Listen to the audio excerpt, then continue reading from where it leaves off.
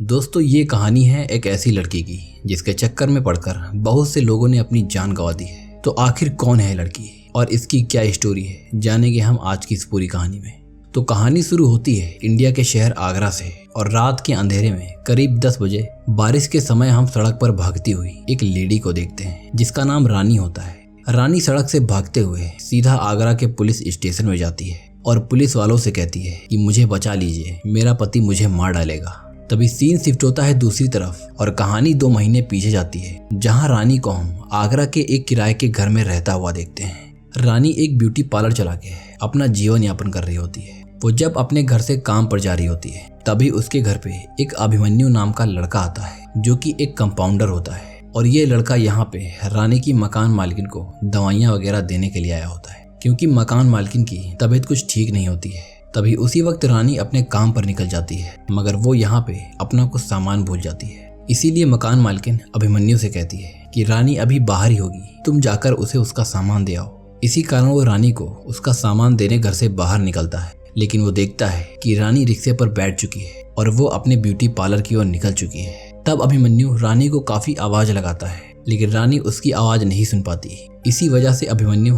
उसके पीछे भागने लगता है ताकि वो रानी तक उसका सामान पहुंचा सके, लेकिन रानी फोन पर किसी से बात करने में बिजी होती है, इसीलिए वो अभिमन्यु पर ध्यान नहीं देती और सीधा वो अपने ब्यूटी पार्लर पर जाकर रुकती है। लेकिन अभिमन्यु उसके पीछे भागते हुए उसके ब्यूटी पार्लर तक पहुंच जाता है और वो रानी को जब उसका सामान देता है तो रानी उसे देखकर पूरी तरह से हैरान रह जाती है। दरअसल अभिमन्यु रानी को पसंद करता है और वो किसी न किसी बहाने से रानी को देखने उसके किराए के मकान में आता ही रहता है। यहाँ अभिमन्यु रानी से कहता है कि मैं आपसे एक बात कहना चाहता हूँ। रानी पूछती है कौन सी बात, पर अभिमन्यु रानी से अपनी बात को कह पाता उससे पहले रानी के पार्लर में उसकी एक क्लाइंट आ जाती है। इसीलिए रानी अभिमन्यु से कहती है कि 2 मिनट रुको, मैं अभी आती हूँ, और वो अपने पार्लर में जाकर अपने क्लाइंट का काम करने लगती है। मगर रानी ये पूरी तरह से भूल जाती है कि अभिमन्यु उसके पार्लर के बाहर खड़ा होकर उसका इंतजार कर रहा है। अभिमन्यु को बाहर खड़े हुए 2 से 3 घंटे हो जाते हैं। अब बारिश भी होना शुरू हो जाती है और अभिमन्यु अभी भी बारिश में भीगते हुए रानी का इंतजार कर रहा होता है। रानी जब ये देखती है कि अभिमन्यु अभी भी बाहर खड़ा होकर उसका इंतजार कर रहा है, इसीलिए वो छाता लेकर उसके पास जाती है। वो उससे माफी मांगती है और कहती है, अब कहिए आप मुझसे क्या कहना चाहते थे। तब अभिमन्यु रानी से पूछता है कि क्या वो उसके साथ अगले फ्राइडे पर मूवी देखने चल सकती है। तो इसके लिए रानी अभिमन्यु को हाँ बोल देती है। इसीलिए अभिमन्यु अब यहाँ से जाने लगता है और अभिमन्यु जब यहाँ से जाने लगता है तब रानी के पास से एक व्यक्ति गुजरने लगता है जिसका नाम रिशु होता है। और रिशु जब रानी के पास से गुजर रहा होता है तब रानी उसे मुस्कुराते हुए देखने लगती है। दरअसल रिशु रानी का प्यार और उसका पति होता है। वो दोनों कुछ दिनों पहले एक दूसरे शहर में रहा करते थे। एक नील त्रिपाठी नाम का व्यक्ति जो कि रानी को काफी पसंद करता था, उस व्यक्ति को रिशु मार देता है और वो रानी के खातिर अपना हाथ तक गवा देता है। तो नील की मौत की वजह से उत्तर प्रदेश पुलिस इन दोनों को ढूंढने लगती है। इसीलिए ये दोनों उस शहर को छोड़कर आगरा में आ जाते हैं। ये दोनों आगरा में अलग अलग जगह पर रहते हैं। रिशु एक पूनम नाम की लड़की के किराए के मकान में रहता है और वो डिलीवरी बॉय बच्चों को ट्यूशन पढ़ाता है। रानी और रिशु आगरा में एक दूसरे से बहुत ही कम मिलते हैं, लेकिन ये हमेशा एक दूसरे के टच में रहते हैं। इनका प्लान यहाँ से थाईलैंड निकलने का होता है, जिसके लिए ये दोनों एक ट्रेवल एजेंट के जरिए अपना वीजा अप्लाई करवाते हैं। और आज से ठीक 2 महीने बाद ये दोनों आगरा से निकलकर थाईलैंड जाकर अपनी खुशहाल जिंदगी शुरू करने वाले हैं। यानी कुल मिलाकर इन दोनों को आगरा में काफी मुश्किलों का सामना करना पड़ रहा होता है। तो अब फ्राइडे आ जाता है और आज ही के दिन रानी अभिमन्यु के साथ सिनेमा देखने जाने वाली है। मगर आज रानी के घर पे उसकी मकान मालकिन नहीं होती है, इसीलिए वो रिशु को अपने घर पे बुला लेती है। इसी कारण बेचारा अभिमन्यु सिनेमा के बाहर उसका इंतजार करते रह जाता है और वहीं रानी रिशु के साथ मजे कर रही होती है। फिर अगले दिन अभिमन्यु फिर से रानी के पास आता है और उससे कहता है कि फिर से वो अगले फ्राइडे को रॉयल सिनेमा के बाहर उसका इंतजार करेगा। जिसके बाद रानी मिठाई की दुकान पे कुछ सामान लेने जाती है, जहाँ उसके पास खड़ा होकर रिशु उससे बातें कर रहा होता है। तभी वहाँ एक चोर रानी की पर्स चुराकर भागने लगता है और रिशु जब उस चोर को देखता है कि चोर रानी की पर्स लेकर भाग रहा है, इसी कारण वो उस चोर का पीछा करने लगता है और तब रानी भी उसके पीछे भागने लगती है। मगर जब रिशु चोर का पीछा करते हुए आगे वाले मोड़ पे पहुंच जाता है तब वहां पर पुलिस की गाड़ी खड़ी होती है, जिसे देखकर रिशु उस चोर का पीछा करना बंद कर देता है और वापस भागने लगता है। हालांकि वो चोर भी जब पुलिस की कार को देखता है तब वो भी वापस भागने लगता है, जिसके कारण रिशु उसे आसानी से पकड़ भी सकता था। लेकिन जैसे ही रिशु पुलिस को देखता है वैसे ही वो तुरंत वहाँ से भाग जाता है। और रानी भी जब वहाँ पहुंचकर पुलिस को देखती है तो वो भी वापस भागने लगती है। दरअसल पुलिस की नज़रों में और दुनिया की नज़रों में रिशु अब मर चुका है, मगर वो आगरा में अपना नाम बदल कर रह रहा होता है। इसी वजह से अगर रिशु पुलिस के हाथों लग गया तो इन दोनों को काफी प्रॉब्लम्स हो सकती हैं। रानी वहां से भागकर सीधा अपने घर पहुंचती है, लेकिन उसके घर पे अब आगरा थाने के एसपी किशोर रावत आ जाते हैं, जो कि रानी को उसका पर्स देते हैं क्योंकि उन्होंने उस चोर को पकड़ लिया था। यहाँ किशोर रावत रानी को बताते हैं कि किस्मत भी हमें आपके पास लेकर आ रही है। याद रखिए, अगर हमें आपके खिलाफ कोई एविडेंस मिल गया तो इससे आपको बड़ी दिक्कत होगी। और इतना कहकर एसपी किशोर रावत रानी के घर से चले जाते हैं, मगर तभी से वो रानी के ऊपर नजर रखने लगते हैं। रानी सिनेमा देखने जाती है तो वहाँ भी एसपी पहुँच जाते हैं। रानी रोड से निकलती है तो भी एसपी के कुछ पुलिसकर्मी रानी के ऊपर नजर रखते हैं, और इसी वजह से अब रिशु ने अपना फोन तक बंद कर दिया होता है। अब रिशु ने रानी से बात तक करना बंद कर दिया होता है। वो कई दिनों तक रानी से नहीं मिलता, और रानी रिशु से एक कॉल ऑफिस के जरिए जब बात करती है तो वो उसे बताती है कि अब पुलिस हमारे पीछे हाथ धोकर पड़ गई है। तब रिशु उसे बताता है कि तुम्हें उनसे डरने की जरूरत नहीं है क्योंकि उनके पास हमारे खिलाफ कोई एविडेंस नहीं है। रिशु रानी से बताता है कि हो सकता है कि शायद तुम्हें पुलिस स्टेशन जाना पड़े, लेकिन वहाँ तुम अपना मुंह मत खोलना। और होता भी ऐसा ही है। अगले दिन रानी के पास आगरा पुलिस स्टेशन से फोन आता है और एसपी किशोर रावत उसे पुलिस स्टेशन बुलाते हैं। इसी कारण रानी को पुलिस स्टेशन जाना पड़ता है। वहाँ किशोर रावत रानी से पूछते हैं कि तुम दिन में घंटों घंटों पर फोन पर किससे बातें करती हो। वो रानी से ऐसा इस वजह से पूछते हैं क्योंकि उन्होंने रानी की कॉल डिटेल्स निकाली होती हैं, जिसमें वो दिन में कई बार किसी नैतिक नाम के व्यक्ति से बात किया करती है, और ये नैतिक रिशु ही होता है। लेकिन रानी किशोर को उसकी बात का कोई सीधा जवाब नहीं देती। अब किशोर जब रानी से सवालों को पूछ ही रहे होते हैं तभी उनके पास एक डीएसपी आ जाते हैं जिनका नाम मृत्युंजय होता है, जो कि रानी को बताते हैं कि इस केस को अब से मैं लीड करूंगा। वो रानी को बताते हैं कि मैं नील का चाचा हूँ जिसे तुमने और तुम्हारे लवर ने मिलकर मार दिया था। और इसके अलावा वो रानी को यह भी बताते हैं कि मुझे पता है कि रिशु तुम्हारे साथ आगरा में ही रह रहा है। तुम जब उससे मिलना तो उससे कहना कि मोन्टू चाचा अब आ गए हैं। इतना कहने के बाद मृत्युंजय रानी को वापस जाने की परमिशन दे देते हैं, लेकिन वो अब रिशु को ढूंढना शुरू कर देते हैं। वहीं रिशु जब उस ट्रेवल एजेंट के वहां जा रहा होता है तो रिशु दूर से देखता है कि उस ट्रेवल एजेंट को पुलिस पकड़ के लेके जा रही होती है, जिसे देखकर रिशु काफी दुखी हो जाता है क्योंकि उसी ट्रेवल एजेंट के जरिए वो आगरा से निकलकर थाईलैंड जाने वाला था। इसके अलावा रिशु ट्रेवल एजेंट की शॉप से जाते हुए मोन्टू चाचा को भी देखता है, जिन्हें देखकर रिशु काफी डर जाता है क्योंकि वो उन्हें पहले से जानता है कि वो अगर किसी केस की इन्वेस्टिगेशन कर रहे होते हैं तो उनके और केस के बीच में लॉ भी नहीं आता है। अब पुलिस रिशु को ढूंढते हुए उसके घर तक पहुंच जाती है और किशोर रावत रिशु की मकान मालकिन पूनम से, जो कि लिंगड़ी होती है, उसे रिशु का फोटो दिखाकर पूछते हैं कि तुमने इसे कहीं देखा है क्या। तो ये देखकर पूनम समझ जाती है कि रिशु ने जरूर कुछ गड़बड़ किया है, इसीलिए पुलिस उसे ढूंढते हुए यहाँ तक आ पहुंची है। लेकिन पूनम इनको साफ साफ मना कर देती है कि मैंने इसे कहीं नहीं देखा है, जबकि रिशु इस समय इसके घर में ही होता है। और पुलिस जब उसके घर से चली जाती है तो पूनम रिशु के पास जाती है और कहती है कि तुमने क्या किया है। तो रिशु उसे झूठ बोल देता है कि मेरा किसी के साथ झगड़ा हो गया था, इसीलिए पुलिस मुझे ढूंढ रही है। लेकिन पूनम को रिशु की बात पर भरोसा नहीं होता है, जिसके बाद रिशु अब यहाँ से चोरी छिपे रानी के घर पहुँचता है और वो उसे बताता है कि पुलिस ने उस गुड्डू ट्रेवल वाले को पकड़ लिया है, जिसके जरिए हम यहाँ से निकलने वाले थे। हमारे अब तक के सारे पैसे, हमारी सारी मेहनत सब बर्बाद हो गई और आज तो पुलिस वाले मुझे ढूंढते हुए मेरे घर तक भी पहुंच गए थे। तब रानी उसे कहती है कि चलो फिर हम यहाँ से भाग चलते हैं, मगर तब रिशु उसे बताता है कि जो मोन्टू चाचा है ना, उन्हें मैं बचपन से जानता हूँ। अगर हम यहाँ से भागे तो वो हमें कहीं से भी ढूंढ निकालेंगे। अब इन दोनों के बात करते समय रानी के घर पे अभिमन्यु आ जाता है और रानी जब उसे देखती है तो उसके दिमाग में एक आइडिया आ जाता है। वो रिशु को बताती है कि मोन्टू चाचा को ये लगता है कि हम दोनों एक साथ हैं, तो अगर मैं अभिमन्यु के साथ शादी कर लूं तो इससे वो हमारा पीछा छोड़ देंगे। और इसके लिए रिशु उसे हाँ बोल देता है। फिर रानी यहाँ से सीधा अभिमन्यु के पास जाती है, जो कि रॉयल सिनेमा के बाहर उसका इंतजार कर रहा होता है, और रानी अभिमन्यु को सीधा शादी के लिए प्रपोज कर देती है। इस चीज को देखकर अभिमन्यु को थोड़ा सा अजीब लगता है, क्योंकि जो लड़की अभी तक उसे भाव तक नहीं देती थी वो उसे सीधा शादी के लिए प्रपोज कर रही है। पर अभिमन्यु रानी से शादी करने के लिए मान जाता है, क्योंकि वो उसे काफी समय से पसंद करता आ रहा था। जिसके बाद इन दोनों की शादी हो जाती है और इससे रिशु को काफी तकलीफ होती है, क्योंकि अपनी ही वाइफ की अपनी आंखों के सामने दूसरी शादी होते हुए कौन देख सकता है। शादी के बाद जब रानी और अभिमन्यु की फर्स्ट नाइट ऑफ मैरिज होती है तो रानी अभिमन्यु को अपने आप को छूने से मना कर देती है और कहती है कि वो अभी इसके लिए तैयार नहीं है। अब इस शादी के बाद रानी अभिमन्यु के साथ रहने लगती है और बेचारा रिशु अपने किराए के मकान में रहता है, जहां पूनम हर वक्त उसके पीछे पड़ी रहती है क्योंकि वो रिशु के साथ इंटीमेट होना चाहती है। पर फिर भी ये दोनों परेशानियों को झेलते हुए किसी तरह अपनी जिंदगी काटने लगते हैं, ये सोचकर कि एक दिन सब कुछ ठीक हो जाएगा। कुछ दिनों बाद जब रानी बहुत ही दुखी होती है तो वो नशा कर लेती है और नशे में वो गलती से अभिमन्यु को बता देती है कि ये शादी उसके लिए कोई मायने नहीं रखती और साथ ही वो उसे ये भी बता देती है कि वो रिशु के साथ आगरा से कुछ ही दिनों में निकलने वाली थी।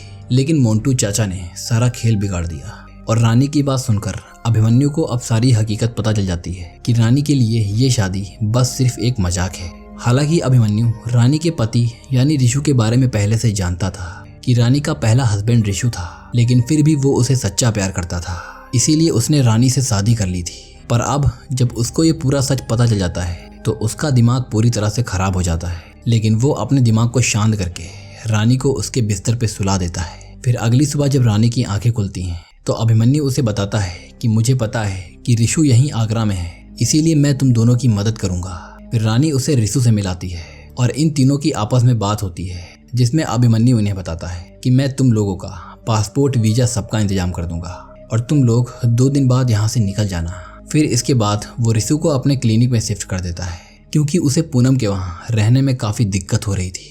खैर अभिमन्यु जब रिशु को अपने क्लिनिक में शिफ्ट करके वापस घर जाता है तब रानी उसे रिशु को खाना देने के लिए कहती है। तो अभिमन्यु उससे खाना लेकर रिशु के पास दोबारा जाने लगता है, लेकिन उसके पहुंचने से पहले जो पूनम होती है वो रिशु के पास उसे ढूंढते हुए पहुंच जाती है। पर रिशु उसे यहाँ से जाने के लिए कहता है, इसी कारण वो यहाँ से चली जाती है। पर जैसे ही पूनम इस क्लिनिक से बाहर निकलती है वैसे ही कोई अननोन पर्सन रिशु के पास पहुंच जाता है और ये व्यक्ति कौन है, ये इस क्लिनिक में क्या करने आया है, ये आपको आगे पता चलेगा।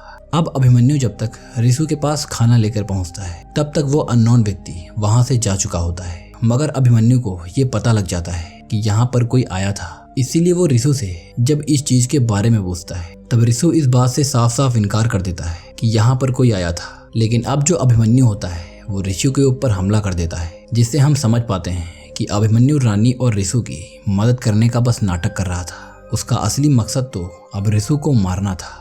अभिमन्यु यहाँ रिशु के ऊपर हमला करता है और वो उसे क्लिनिक में बंद करके रानी के पास चला जाता है।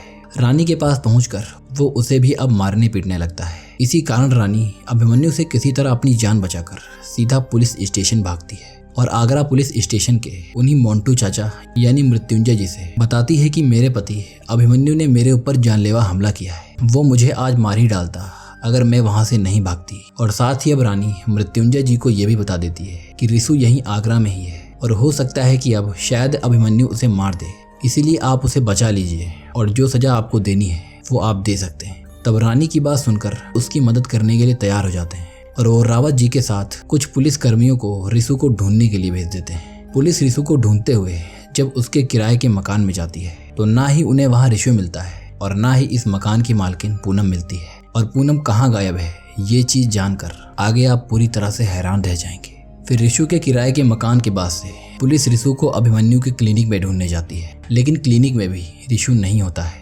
क्योंकि जब अभिमन्यु उसे यहाँ बंद करके चला गया था तो रिशु इस क्लिनिक का दरवाजा तोड़ करके यहाँ से निकल गया था। पुलिस को यहाँ दिखाई देता है कि इस क्लिनिक का सारा सामान बिखरा हुआ है और जब वो यहाँ पर छानबीन कर ही रहे होते हैं तभी किशोर रावत जी के पास उनकी टीम का कॉल आता है। उनकी टीम से उन्हें किसी की मौत की खबर मिलती है। तब किशोर रावत जी और मृत्युंजय जी रानी को लेके सीधा नदी के पास उसी लाश के पास पहुंच जाते हैं जिस व्यक्ति की मौत हुई होती है, क्योंकि अब सभी को ये लगने लगता है कि ये जरूर ही रिशु होगा जिसे अभिमन्यु ने मारा होगा। लेकिन जब पुलिस उस लाश के पास पहुंचती है तो उन्हें दिखाई देता है कि इस लाश को बुरी तरह से जलाया गया है, जिसकी वजह से इस लाश को पहचानना मुश्किल हो जाता है।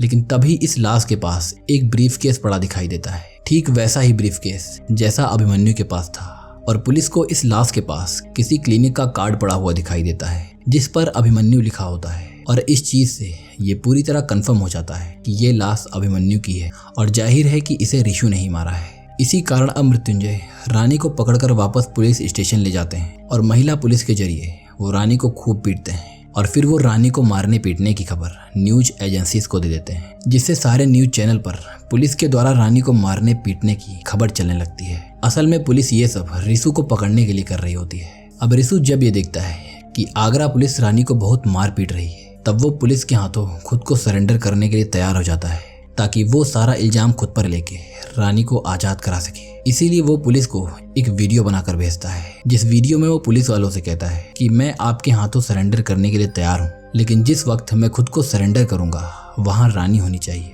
आप रानी को मेरे पास भेजेंगे ताकि मैं ये देख सकूँ कि रानी बिल्कुल सही सलामत है या नहीं। और रिशु खुद को सरेंडर करने की लोकेशन रेलवे ब्रिज बताता है। वो बताता है कि आज से ठीक 3 दिन बाद मैं रात को 8 बजे रेलवे ब्रिज पर खुद को सरेंडर कर दूंगा।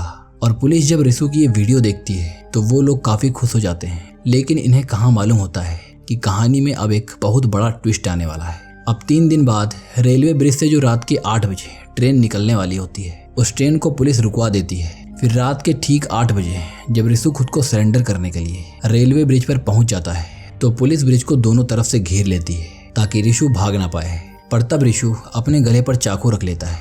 इसीलिए पुलिस वाले ठीक वैसा ही करते हैं जैसा रिशु ने उन्हें बताया था। वो रानी को रिशु के पास भेजते हैं ताकि रिशु देख सके कि रानी बिल्कुल सही सलामत है। लेकिन रानी जैसे ही रिशु के पास पहुंचती है, वैसे ही जो पुलिस वालों ने इन्हें घेरा होता है, उनमें से एक पुलिस वाला निकलकर इन दोनों के पास अपनी गन को लेकर जाने लगता है। मृत्युंजय और रावत जी जब अपनी दूरबीन से उसे देखते हैं तो उन्हें दिखाई देता है कि ये तो अभिमन्यु है जो कि अब तक जिंदा है। इसीलिए मृत्युंजय सभी पुलिस वालों को कमांड देते हैं कि जो हो रहा है उसे हम होने देंगे, कोई कुछ भी नहीं करेगा। इसी कारण अभिमन्यु अपनी रिवॉल्वर को लेकर के इन दोनों के पास पहुंच जाता है और जैसे ही ये इनके पास पहुंचता है वैसे ही वो रिशु के ऊपर अपनी गन तान देता है, जिससे हमें समझ आता है कि अभिमन्यु रिशु को यहाँ पर मारने के लिए आया है। पर तभी जो रिशु होता है वो उसकी गन को नीचे गिरा देता है और फिर ये दोनों एक दूसरे से लड़ने लगते हैं। तब मौका पाकर रानी उस गन को उठा लेती है और वो अभिमन्यु के ऊपर फायर कर देती है, लेकिन गोली अभिमन्यु के नहीं लगती, बल्कि जो रानी होती है उसको गन चलाने के कारण एक जोर का झटका लगता है, जिससे वो पानी में गिरने वाली होती है। पर किसी तरह वो ब्रिज को पकड़ लेती है। तब मृत्युंजय और सभी पुलिस वाले इन्हें पकड़ने के लिए इनकी ओर भागने लगते हैं, मगर ये इनके पास पहुंचते उससे पहले ये तीनों आपस में लड़ते हुए सीधा पानी में गिर जाते हैं। यानी रानी को बचाने के चक्कर में रिशु भी रानी के साथ पानी में गिर जाता है और रिशु को पानी में गिराने के चक्कर में अभिमन्यु भी पानी में गिर जाता है। यानी एक साथ ये तीनों ही पानी में गिर जाते हैं, जिसके कारण ये तीनों पानी में गिरकर मारे जाते हैं। क्योंकि इस नदी में बहुत सारे मगरमच्छ होते हैं तो जिंदा बचने का कोई सवाल ही नहीं उठता। लेकिन फिर भी पुलिस इस नदी में उन्हें ढूंढने का सर्च ऑपरेशन चलाती है, लेकिन इस नदी में तीनों का नामो निशान तक नहीं मिलता है। मगर अब पुलिस को अभिमन्यु के घर के बाहर की और उसके क्लिनिक के बाहर की सीसीटीवी रिकॉर्डिंग मिलती है। अभिमन्यु के क्लिनिक के बाहर वाली रिकॉर्डिंग में मृत्युंजय देखते हैं कि जिस दिन अभिमन्यु ने रिशु को अपने क्लिनिक में बंद किया था, उस दिन क्लिनिक में 2 लोग गए थे। एक तो रिशु की मकान मालकिन पूनम थी और दूसरा एक लल्लन नाम का व्यक्ति था। उन दोनों को ही रिशु ने मार दिया था और जो लाश आपने नदी के किनारे पर देखी थी वो लाश असल में लल्लन की ही थी। इसके अलावा वो जब अभिमन्यु के घर के सामने वाली सीसीटीवी रिकॉर्डिंग देखते हैं तो उन्हें दिखाई देता है कि जिस रात रानी अपने घर से पुलिस स्टेशन भागकर गई थी ये बताने कि उसका पति अभिमन्यु उसे मार रहा है, तो रानी के पुलिस स्टेशन में जाने से पहले अभिमन्यु, रिशु और रानी ये तीनों अभिमन्यु के घर जाते हैं, जिससे अब मृत्युंजय को समझ आ जाता है कि ये तीनों आपस में मिले हुए थे। उस रात इनकी आपस में कुछ बात हुई होगी जिसके कारण उन्होंने प्लान बनाया था। इस चीज को वो अपने हेड को बताते हैं, लेकिन उनके हेड मृत्युंजय से कहते हैं कि वो सब ठीक है, पर तुम ये भी तो सोचो कि उस नदी में कितने सारे मगरमच्छ हैं। वो तीनों उस नदी में गिरकर बच नहीं पाए होंगे। और उनके हेड मृत्युंजय से इस केस की फाइल बंद करने को कहते हैं, क्योंकि अब पुलिस के ऊपर मीडिया का बहुत ही ज्यादा प्रेशर होता है। इसीलिए मजबूरी में उन्हें ये केस क्लोज करना पड़ता है।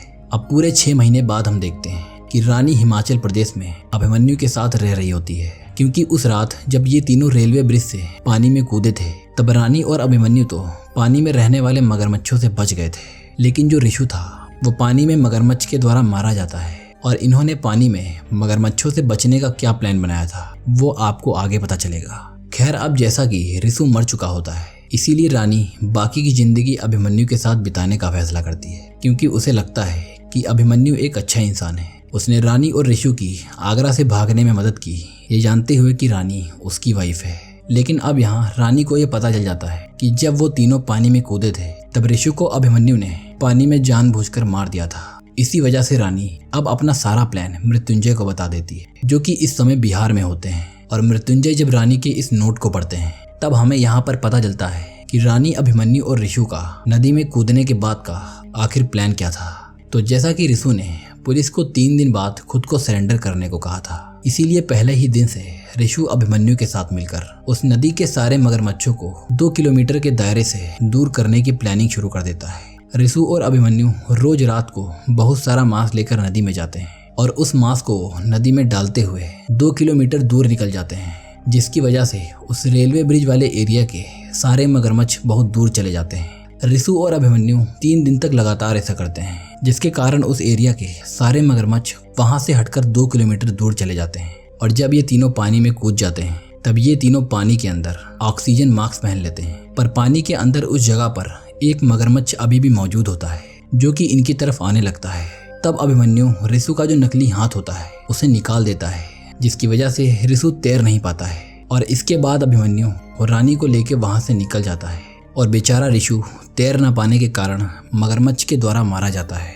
रानी को लगता है कि ऋषु तैर न पाने के कारण मारा गया था, इसीलिए वो अभिमन्यु के साथ हिमाचल प्रदेश में जाकर रहने लगती है। लेकिन पूरे 6 महीने के बाद जब रानी को यह पता चल जाता है कि ऋषु को अभिमन्यु ने जानबूझकर मारा था, इसीलिए रानी अब अपने पूरे प्लान को और अभिमन्यु की सच्चाई को मृत्युंजय को बता देती है और रानी मृत्युंजय को हिमाचल प्रदेश बुलाती है। फिर इसके बाद रानी अभिमन्यु से तोता मैना लवर्स पॉइंट पर मिलने को कहती है। अभिमन्यु जब उस जगह पर पहुंचता है तो उसे दिखाई देता है कि रानी एक ऐसी चट्टान पर खड़ी हुई है जिसके नीचे बहुत गहरी खाई है। तब वो रानी को उस जगह से हटने के लिए बोलता है, मगर रानी उससे कहती है कि अगर तुमने मुझे पूरा सच नहीं बताया तो मैं यहाँ से कूद जाऊंगी। तब यहाँ पे अभिमन्यु को रानी को पूरा सच बताना पड़ता है। वो बताता है कि मैंने ही ऋषु की मकान मालकिन पूनम को मारा था, मैंने ही तुम्हारे पति ऋषु को मारा, मैंने ही लल्लन को, जो कि एक सपेरा था, उसे भी मारा था। और यहाँ पे अभिमन्यु जिस लल्लन सपेरे की बात कर रहा होता है, उस लल्लन सपेरे के साथ मिलकर अभिमन्यु ने अपने पूरे परिवार तक को मार दिया था। यानी असल में अभिमन्यु एक बहुत बड़ा साइको होता है। अब अभिमन्यु जब रानी को अपनी कहानी सुना ही रहा होता है तब यहाँ पर मृत्युंजय भी पहुंच जाते हैं और रानी जैसे ही मृत्युंजय को देखती है वैसे ही वो उस चट्टान से सीधा खाई में नीचे कूद जाती है। इसके बाद मृत्युंजय अभिमन्यु को पकड़कर यहाँ से ले जाते हैं और वो उसके ऊपर मल्टीपल मर्डर्स के चार्जेस लगाते हैं। फिर कहानी के अंत में हम देखते हैं कि रानी असल में अभी भी जिंदा होती है, क्योंकि वो जिस पहाड़ी से कूदी थी उस पहाड़ी के ठीक नीचे एक बहुत बड़ी नदी थी, जिससे नदी में गिरने की वजह से रानी की जान बच जाती है और वो तैर कर नदी के किनारे आ जाती है। मगर किनारे पहुंचकर उसे ऋषु खड़ा हुआ मिलता है, जो कि अभी भी जिंदा होता है। दरअसल जब पानी में अभिमन्यु ने ऋषु का नकली हाथ निकाल दिया था और हाथ निकालकर जब वो रानी को लेकर वहां से चला गया था, तब किसी तरह ऋषु अपने उस नकली हाथ को उठाने में सफल हो जाता है और फिर वो भी पानी में तैरकर दूर एक जगह से बाहर निकल आता है। तो इस तरह ऋषु की जान भी बच जाती है और अब ये दोनों फिर से अपनी नई जिंदगी की शुरुआत करते हैं, क्योंकि अब तो मृत्युंजय ने भी अपनी आंखों से देख लिया है कि रानी अब मर चुकी है और ऋषु की मौत के बारे में तो रानी पहले ही मृत्युंजय को बता चुकी होती है। और इसी के साथ ये कहानी यहीं पर खत्म हो जाती है। तो दोस्तों, उम्मीद करता हूँ कि कहानी आपको पसंद आई होगी। अगर आपको कहानी पसंद आई तो आप इस वीडियो को लाइक कर सकते हैं